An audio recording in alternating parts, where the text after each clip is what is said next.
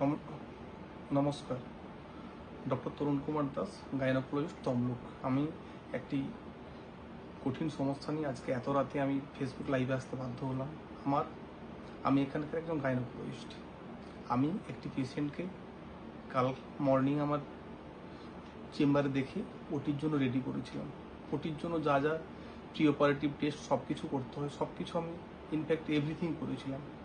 সব রিপোর্ট করানোর পর আমি সব রিপোর্টগুলো একবার চেক করে ওটির জন্য রেডি হই।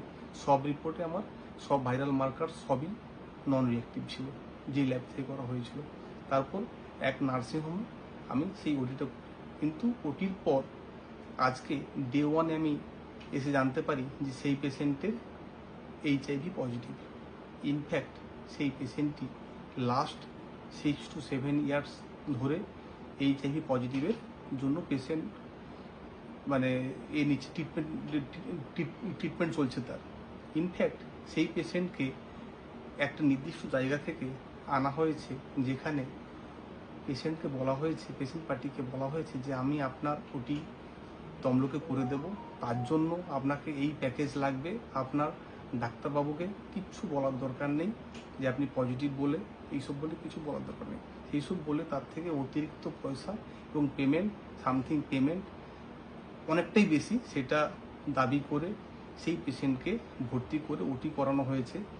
সেই পেশেন্ট যে পজিটিভ, সেই পেশেন্টের কোনো রিপোর্টই আমাকে বলা হয়নি যে সত্যিকারের রিপোর্ট কোনটা ছিল পজিটিভ। পরে আমি যখন আজকে জানলাম সেই পেশেন্টটি মানে পজিটিভ পেশেন্ট, আমি তার সব রিপোর্ট আবার চেক করলাম। চেক করে দেখলাম যে কালকে যেই ল্যাব থেকে রিপোর্টটি করা হয়েছিল সেখানে HIV রিপোর্ট নেগেটিভ দেওয়া হয়েছিল, কিন্তু আজকে অন্য আরেকটা ল্যাব থেকে পাঠানোর পর সেখানে ভাইরাল লোড এবং অনেকটাই বেশি। তাই এক্ষেত্রে ওই ওটিতে আমি, আমার 3 জন অ্যাসিস্ট্যান্ট, যিনি অ্যানাস্থেসিস্ট ছিলেন তিনি, প্লাস ওটির অ্যাটলিস্ট আরও 7 থেকে 8 জন স্টাফ, তারা প্লাস ওয়ার্ডে গিয়ে যে পেশেন্টটি যখন ছিল ওয়ার্ডে পেশেন্টটাকে দেখার জন্য আরও অ্যাটলিস্ট 10 থেকে 12 জন স্টাফ, টোটাল সব মিলিয়ে 25 থেকে 26 জন স্টাফ। আমরা যারা এক্সপোজড হয়েছি এর জন্য দায়ী কারা? আমাদের কি লাইফের কোনো মূল্য নেই? আমাদের কি লাইফের কোনো ভ্যালু নেই? আমরা ট্রিটমেন্ট করি, ট্রিটমেন্ট করে খাই।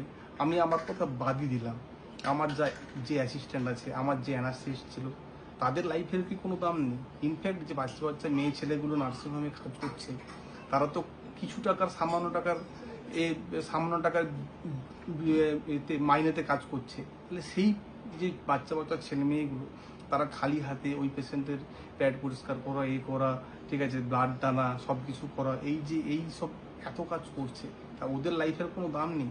এর লাইফের দাম কে দেবে?